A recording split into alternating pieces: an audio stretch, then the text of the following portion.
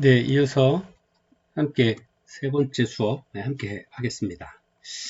자, 이제 저희가 그 알코올 중독자들을 위한 어떤 사례 관리 방법들, 그다음 중독에 대해서 함께 공부를 했고요.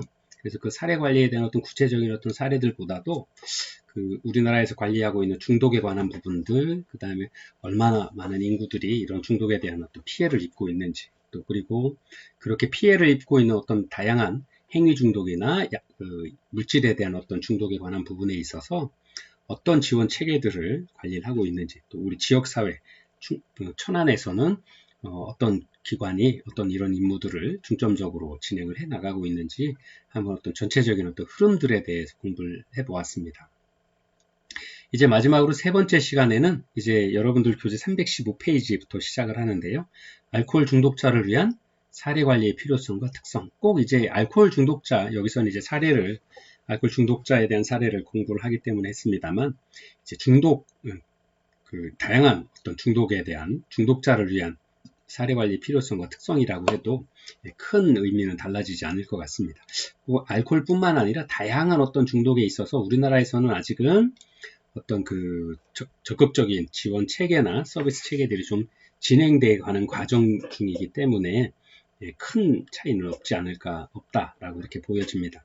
그래서 우리나라에서 알코올 문제는 대개 국민 건강, 또 공공 질서, 그 다음에 삶의 질에 대해서 심각한 장애를 초래하는 어떤 사회 문제인 동시에 건강 문제다라고 말씀을 드릴 수 있겠죠. 더구나 이제 우리나라에서 알코올 중독자는 회복이 어려운 구조적인 또 환경적인 이유로 알코올 중독에 관한 치료나 또 재활, 또 인프라의 절대 부족과 서비스 전달 체계의 파편성, 이제 좀 띄엄띄엄 연결되는 거죠. 그래서 우리는 보통 사례 관리라고 하는 통합적인 어떤 지원 서비스를 통해서 그분이 어떤 원하는 어떤 클라이언트 욕구에 어떤 적극적인 어떤 대응을 하길 원하는데, 실제 아직은 이제 우리나라가 인프라라든가 치료 방법, 또 재활이라든가 실제 문제를 발견하고 거기에 맞는 어떤 치료를 하고 치료 후에 일상으로 돌아가기 위한 어떤 재활이나 복귀의 어떤 프로그램들이 통합적으로 일맥상통하도록 이어져야 되는데, 아직은 그런 부분들이 좀 부족하다라는 것들을 이해할 수 있고요. 또 서비스 전달 체계가 이렇게 쭉 이어지지 못하고 중간중간에 파편적인 어떤 부분들을 보이고 있다. 그리고 단절성, 중간중간 끊어지는 거죠. 그래서 이런 문제들이 있다라고 많은 연구자들이나 학자들이 또 일선에서 실천 활동을 하고 계신 많은 분들이 말씀들을 하고 계세요. 그래서 이러한 어떤 그 문제들 때문에 알코올 중독자들이 또 중독 피해자들이 또 그 회복하기에 또 정상적으로 활동하기에 굉장히 어려운 어떤 그런 특성들을 좀 가지고 있다라고 말씀을 드릴 수 있습니다. 그래서 알코올 중독은 특히나 우리나라에서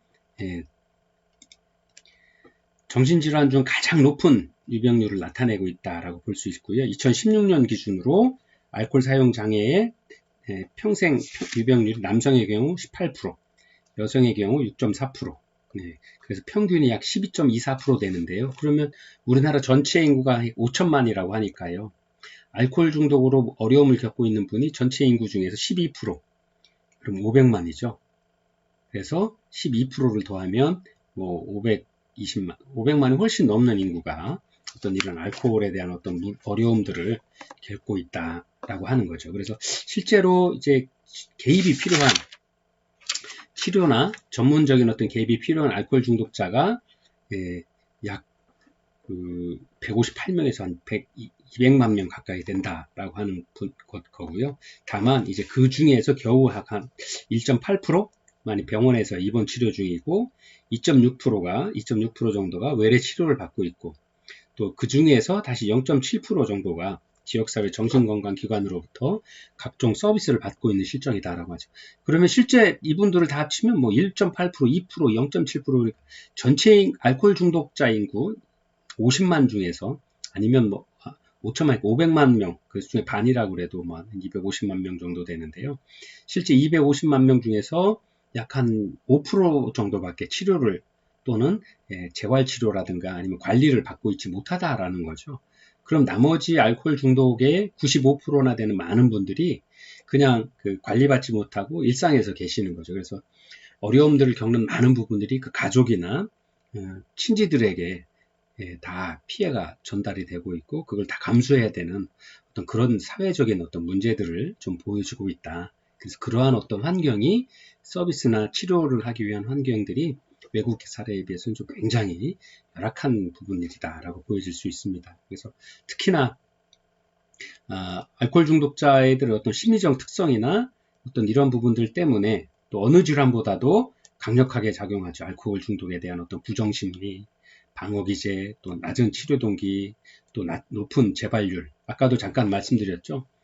노숙인 쉼터에서 며칠 동안 금주 술을 뭐 예를 들어서 2병씩 드시던 분이 반병씩 아니 한 병으로 줄입시다라고 약속을 하고 양을 좀 줄여서 좀 건강을 조금 찾아가시다가 잠깐 어떻게 나가서 다른 친구분들 만나서 드시면 다시 2병이 아니라 조금 건강이 좋아지셨다고 한 3병, 4병 드시고 오셔서 원래보다도 더 낮은 어떤 건강 상태를 유지하고 오시는 거죠. 그래서 굉장히 재발률이 높더라. 중독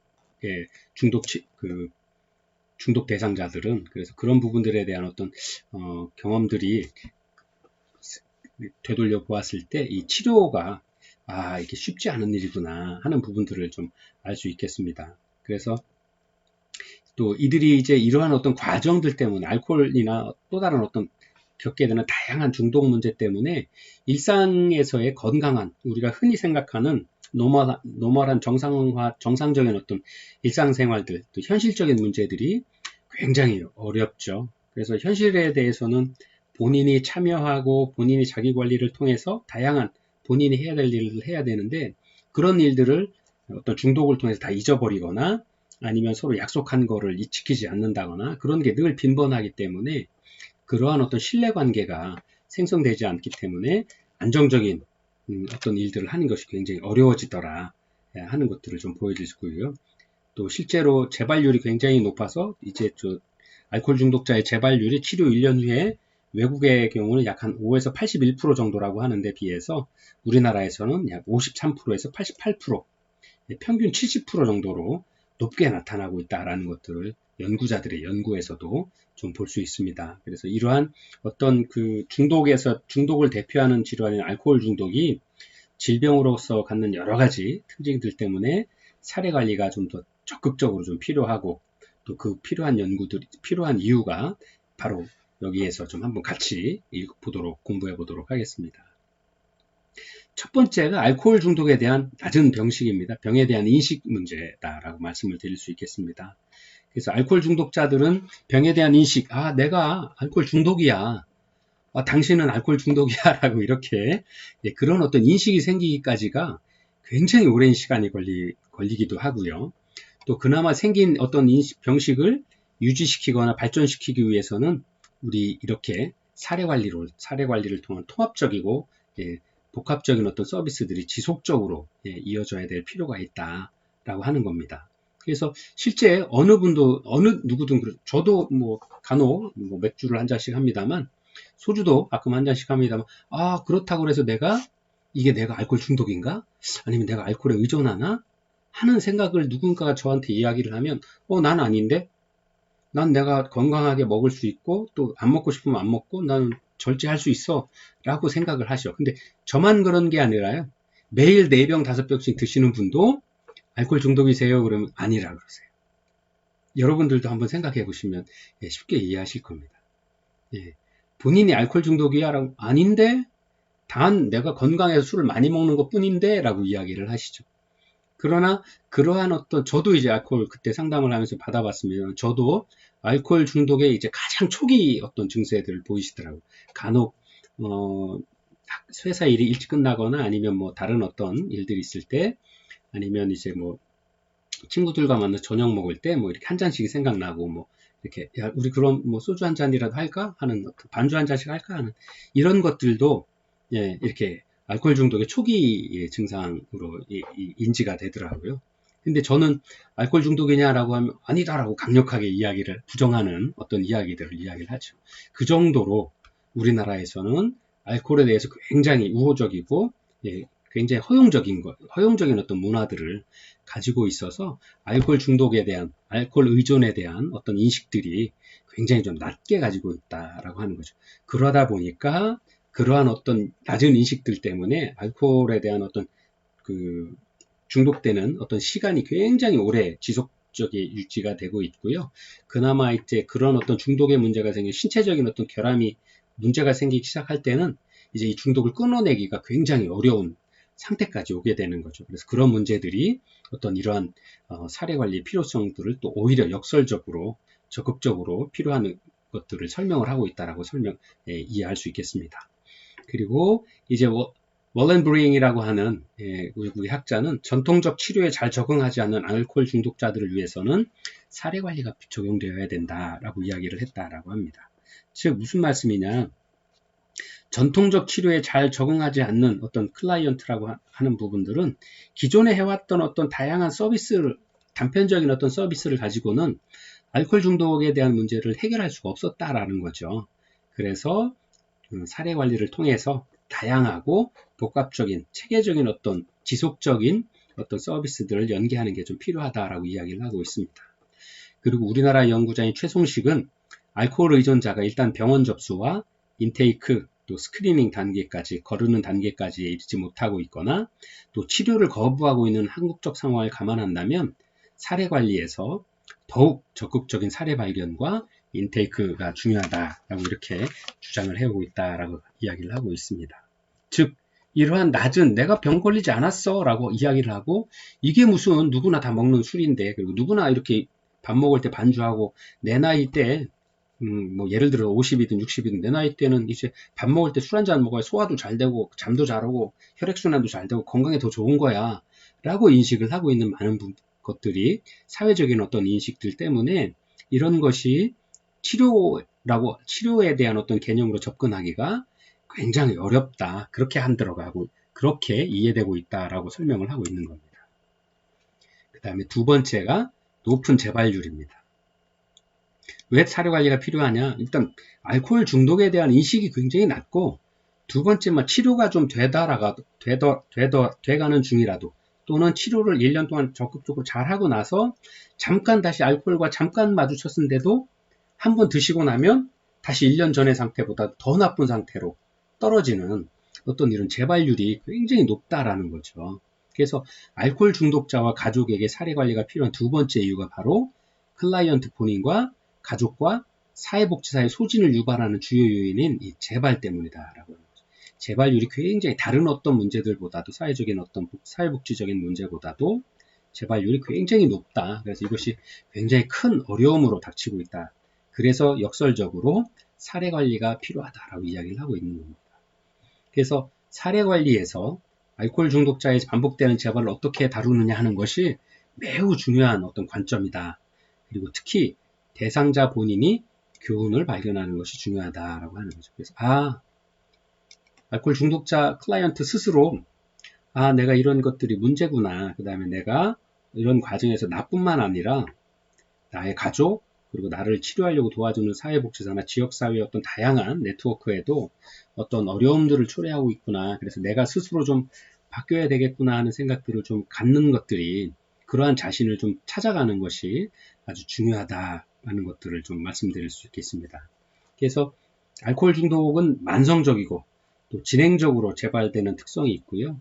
또 재발이라고 하는 것들은 회복 과정에서도 직면하게 되는 가장 심각한 상황으로 알코올 중독에 대한 재발이 이야기가 되고 있습니다. 그래서 보통 이제 치료진의 평가 속에서 입원 치료를 끝내고 일상으로 복귀하신 많은 알코올 중독자가 50에서 우리나라의 경우 50에서 60% 정도가 3개월 이내에 재발한다 하는 선행 연구 결과들을 좀 보여주고 있습니다. 그래서 재발 예방과 그에 따른 대처가 알코올 중독에 있어서의 아주 중요한 어떤 문제다라고 이야기를 하고 있습니다. 그래서 이러한 어떤 알코올 중독자를 위한 사례 관리를 효율적으로 수행하기 위해서는 알코올 중독 전문 치료병원, 그다음에 중독관리 통합지원센터, 그다음에 정신건강증진센터, 그다음에 중독자 대상 사회복귀시설 등의 확충과 또 유기적인 전달 체계, 또 강력한 네트워킹을 통한 통합 관리가 좀 필요한 어떤 중독 문제다라고 말씀을 드릴 수가 있겠습니다. 그래서 알코올 중독이라고 하는 것은 이러한 어떤 다양한 지역사회의 다양한 기관들이 함께 관심을 가지고 함께 치료해 나가야 된다라고 하는 거죠. 우리가 옛말에 아이 하나 키우는데 온 마을의 정성이 필요하다고 그랬잖아요. 그런 것처럼 이제 중독의 문제를 앓고 있는 이 알코올 중독뿐만 아니라 다양한 중독 문제를 앓고 있는 분들에 대한 어떤 가장 부분들은 지역사회의 다양한 어떤 실제 온 마을의 많은 분들이 함께 관심 가져주시고 노력을 해주셔야 건강한 상태로 되돌아올 수 있다라는 부분들입니다. 그래서 이러한 어떤 지속적인 관심과 또 치료, 그다음에 치료 노력들이 재발률을 좀 낮출 수 있다. 또 이러한 어떤 그런 다양한 방식, 아까 말씀드린 대로 뭐 온 마을이 함께 해야 되는 것처럼 어떤 그러한 어떤 그 성격의 사례 관리가 통합 사례 관리가 실제로 알코올 치료, 중독 문제를 치료하기 위한 사례 관리로서의 자리매김되어야 되겠다라고 이렇게 생각해 볼 수 있을 것 같습니다. 그리고 세 번째가 가족병에 대한 문제입니다. 알코올 중독자의 가족들은 술 문제가 있는 중독자만 치료를 받고 변화되어야 된다고 주장을 하고 대개 자신들은 전문적인 도움이 필요 없다라고 이야기를 하는 경우들이 많이 있습니다. 또 그렇게 생각을 하시는 분들이 많고요.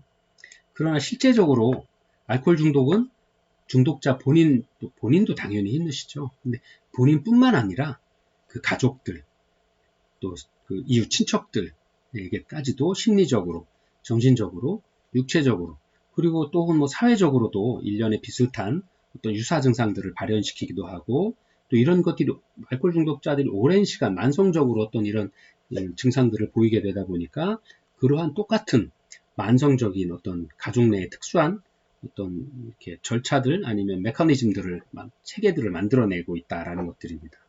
그래서 보통은 이것을 우리는 뭐 가족병, 여기도 보면 공동의존병, 그래서 코디펜던스라고 부른다라고 하는데요. 전문가들은 이런 가족병에 대한 인식이 생성되는 것이 쉽지 않다고 합니다. 왜냐하면 알코올 중독은 우리 아빠만 알지 나는 알코올 중독 아니에요. 또 엄마는 알코올 중독 아니에요. 라고 이야기를 하는데요. 실제로는 이 가족들이 다 이렇게 알코올 중독 상태에 오랜 동안 노출이 되어 온 상태에서 지내오셨기 때문에 그 문제에 대해서 그게 문제다라고 인식을 하지 못하는 경우들이 굉장히 많다라는 거죠. 그래서 이런 것들이 실제 본인은 아니라고 주장을 하시지만 일반의 일상의 다른 어떤 건강한 분들이 외부에서 보았을 때는 그 분도 문제고 그 가족들도 물론 이해는 할 수 있지만 그분들도 일상의 보통 사람들이 갖고 있는 어떤 알코올이나 어떤 중독에 관한 문제보다는 조금 더 문제의식들이 좀 낮고 거기에 대한 어떤 의존에 대한 굉장히 허용적인 어떤 분위기들을 가질 수 있다라고 하는 겁니다. 그래서 스스로가 가족들이 나도 문제가 있고 변해야 한다 하는 의식을 좀 가져서 가족병이다라는 어떤 통찰력을 좀 가지고 있어야 된다라고 하는 겁니다. 여러분들 심리사회 정신분석에서 공부하셨던 것처럼 그 아이에 대한 영향을 미치는 게 바로 부모 애착 시기에 뭐 굳이 프로이드의 정신분석 이론 그 구강기 남성기 이런 걸 따지기 전에 엄마 아빠와의 아이가 애착 관계에서 굉장히 그 아이의 성장 후에 아이의 성장에 지대한 영향을 미친다는 것은 두말 말씀을 안 드려 잘 이해를 하고 계시죠. 그런데 건강한 모습을 보여주어도 아이가 좀 어떤 그 특성 때문에 여러 가지 설명 못하는 이유들 때문에 염려스러운 부분이 생기기도 하는데 엄마든 아빠든 가족 내에 한 분이 알코올 중독이나 어떤 다양한 어떤 중독의 사례가 노출이 되어서 그 중독의 문제를 갖고 계신 경우에는 아이를 양육하는데 정성을 쏟을 수가 좀 부족하게밖에 쏟을 수 없죠. 그리고 또 그런 문제들 때문에 아이가 다른 그 건강한 가정의 아이들과는 좀 다른 환경에서 자랄 수밖에 없죠. 그리고 또 이런 중독 문제를 가진 많은 분들이 여러분들 매스컴을 굳이 예를 들어보면 영유아가 이렇게 부모로부터 케어받지 못해서 안타까운 소식을 듣는 경우가 있죠. 근데 그분들은 이제 게임을 엄마 아빠가 게임을 하느라고 2박 3일 동안 게임을 하느라고 아이를 좀 돌보지 못해서 아이가 위험한 상황에 빠지기도 하고 그런 것들을 우리가 매스컴에서 종종 들어왔었죠. 그래서 그 게임이라든가 이런 부분들이 바로 중독에 관한 문제들 때문에 2박 3일 잠도 안 자고 거기서 이렇게 그 가상 사이버 공간에서 게임을 하고 계시는 거죠. 그래서 일상을 다 잊어버리고 마치 자기가 그 안에 들어가서 내가 정말 게임 속의 주인공처럼 생활을 하시는 어떤 폐인의 어떤 성격들을 보여주니까 그런 아이들에 대한 케어가 부족해지고, 또 그런 환경에서 자란 아이들이, 또 그런 환경을 보고 자란 주변 가족들이 일반의 건강한 가정들보다는 조금 더 중독에 관한 문제에 있어서의 어떤 감수성이 좀 떨어질 수밖에 없다라고 말씀드릴 수 있겠습니다. 그래서 이러한 어떤 우리 가족들이 함께 고쳐나가야 된다라는 어떤, 그래서 클라이언트를 둘러싼 가족분들, 또 이 가족분들을 둘러싼 주변 환경까지도 함께 변화를 위한 노력들로 동참시켜줘야 된다. 그래서 치료에 함께 해야 된다라는 것들이 좀 굉장히 중요한 중독 치료에 있어서의 중요한 부분이다라고 말씀을 드릴 수 있겠습니다. 그래서 지역사회에서 알코올 중독자 대상 사례 관리를 실천하려고 할 때 이미 앞에서도 얘기한 것처럼 클라이언트 본인보다 가족들을 대상으로 사례 관리 서비스를 실천하는 것이 좀 더 우선적이다 라고 말씀을 드릴 수 있습니다. 그래서 알코올 중독 가족이라고 하면 가족 중에서 알코올 중독자가 있는 가족을 말하며, 이런 가족들은 핵심 문제인 알코올 중독 때문에 발생하는 여타의 문제들을 겪게 되고 공동 의존으로 인한 어려움들을 겪게 됩니다. 알코올 중독자가 있는 가족은 중독자가 마치 태풍의 눈처럼 가족의 역동의 중앙에 위치해 있음을 부정하거나 깨닫지 못하고, 또 모든 상황이 술 문제로부터, 중독 문제로부터 기인함에도 불구하고 정작 가족들은 알코올 문제를 부정하고 합리화하고 투사하거나 축소하고 별 문제가 아니라는 부정하는 식의 대응을 하게 됩니다. 그러나 술 문제는 어떤 형태로든지, 중독에 관한 문제는 어떤 형태로든지 가족 구성원 각자에게 영향을 미치고, 가족들은 항상성을 유지하기 위해서 역기능적인 역할과 기능 등을 담당할 수밖에 없어서 가족 전체의 문제로 좀 발달하는 어떤, 그럴 수밖에 없는 구조적인 문제를 좀 가지고 있다라고 이렇게 설명을 드릴 수 있겠습니다. 그래서 이러한 문제들 때문에 알코올 사례 관리를 좀 실천을 해야 되겠다 하는 거죠. 그리고 이러한 알코올 중독자에 대한 사례 관리 할 때의 유의점은, 첫 번째, 알코올 중독이라는 병의 일반적 진행 과정에서 나타나는 증상들이 모든 개인에게 순차적으로 나타나는 것이 아니므로 사례 관리자들은 알코올 중독이라는 병의 진행 과정에 대해서 충분한 지식을 가지고 있어야만 어떤 효율적인 사례 관리가 가능할 수 있다라는 거고요. 두 번째는 이제 사례 관리자는 알코올 중독이 병으로서 가지는 특징을 좀 깊이 있게 파악할 수 있어야 된다라고 하는 거죠. 그 다음에 세 번째, 알코올 중독자 대상 사례 관리는 성과가 잘 나타나지도 않고 사례 관리자의 노력과 상관없이 상황이 더 악화되기도 한다라는 점들을 좀 알고 있어야 될 것 같습니다. 그리고 네 번째, 사례 관리자는 가족들도 그들 나름대로의 회복에 힘써야 함을 잊지 않아야 되겠다 하는 부분이죠. 그 다음에 다섯 번째, 철저하게 부정하는 클라이언트를 대상으로 사례 관리를 수행하기 때문에 사례 관리자가 언제라도 도움을 줄 수 있는 어떤 준비가 되어 있다라는 것들을 클라이언트와 그 가족에게 좀 미리 알려줄 수 있어야 된다 하는 거고요. 여섯 번째가 이제 알코올 중독자를 대상으로 하는 사례 관리의 목표는 더 나은 삶의 질을 보장하는 것이다 라는 겁니다.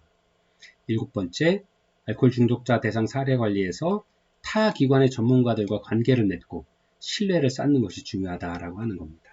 중독에 관한 문제는 중독자 본인 클라이언트와 그 가족 뿐만 아니라 그 둘러싸고 있는 체계까지의 어떤 함께 변화를 주기 위한 어떤 다양한 노력들이, 실천 방법들이 접근되어야 되기 때문에 맡고 있는 기관에서 혼자 중독관리센터에서 그 사례관리자뿐만 아니라 아까도 보여드렸던 지역사회 알코올 중독센터라든가, 그 다음에 중독지원센터라든가 건강관리센터라든가, 아니면 흡연에 관한, 또 다른 그 교육에 관한 이런 다양한 기관들이 함께 모여서 어떤 사례 관리를, 통합적인 어떤 사례 관리들을 중심적으로 좀 운영을 해 나가는 그러한 어떤 관계 맺기가 특히나 다른 어떤 사례 관리의 과정들보다도 중요하다라고 이렇게 설명을 드릴 수 있습니다.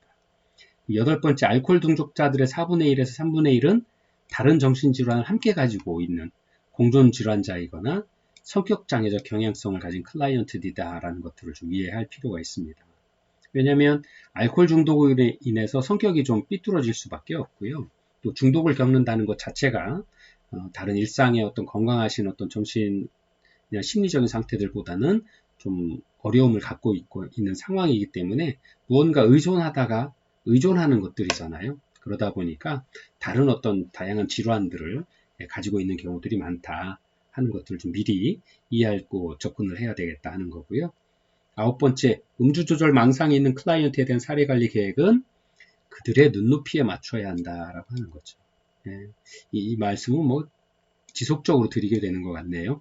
그 다음에 10번째, 폭력적인 알코올 중독자들에게는 특히나 좀 주의를 기울여야 하겠다 하는 겁니다. 특히 취하지 않을 때에는 굉장히 이분들이 소극적이고요, 내성적이고, 그 다음에 이분 뭐 말씀도 잘 듣고 하는데 실제 이분들이 이제 이렇게 중독 대상인 알코올이 됐든 뭐가 딱 하나 들어가면 굉장히 그 기존의 성격들과는 다른 어떤 이면들을 보이죠.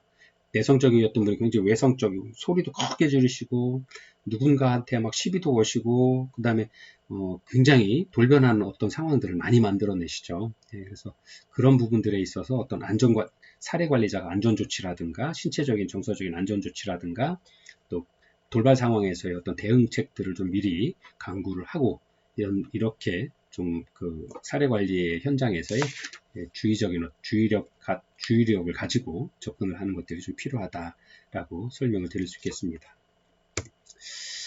자, 저희가 이제 그 중독자 대상 사례 관리 유의점이라든가 특징들까지 봤고요. 이제 실제로 여러분들 교재 323페이지부터 347페이지까지 알코올 중독자 대상의 사례 관리의 실제를 좀 같이 공부해 보도록 하겠습니다. 이 사례 개요는 이제 20세 이전부터 문제 음주가 시작된 전형적인 알코올 중독자의 사례예요. 음주 후에 주치 폭력이 심각해서 해당 주민자치센터에서 해당 희망복지 지원단으로 의뢰했고요. 또 희망복지 지원단에서 알코올 중독 문제이기 때문에 중독관리센터로 의뢰가 된 사례다라고 말씀을 드릴 수 있겠습니다. 그래서 결국에는 희망복지 지원단과 중독관리센터가 동시에 사례 관리를 실시하게 되었고 중독관리센터가 좀 더 중심적으로 사례 관리를 맡은 케이스다라고 말씀을 설명드릴 수 있겠습니다. 자, 여러분들 교재 324페이지를 좀 보시면 초기 면접 기록지 초기 면접 기록지는 이제 저희가 이제 계속 사례 관리를 해왔기 때문에 초기에 클라이언트에 대한 아주 기초적인 어떤 질문들, 기초적인 사정들을 알 수 있게 되는 거죠. 그 다음에 현재의 가장 기본적인 어떤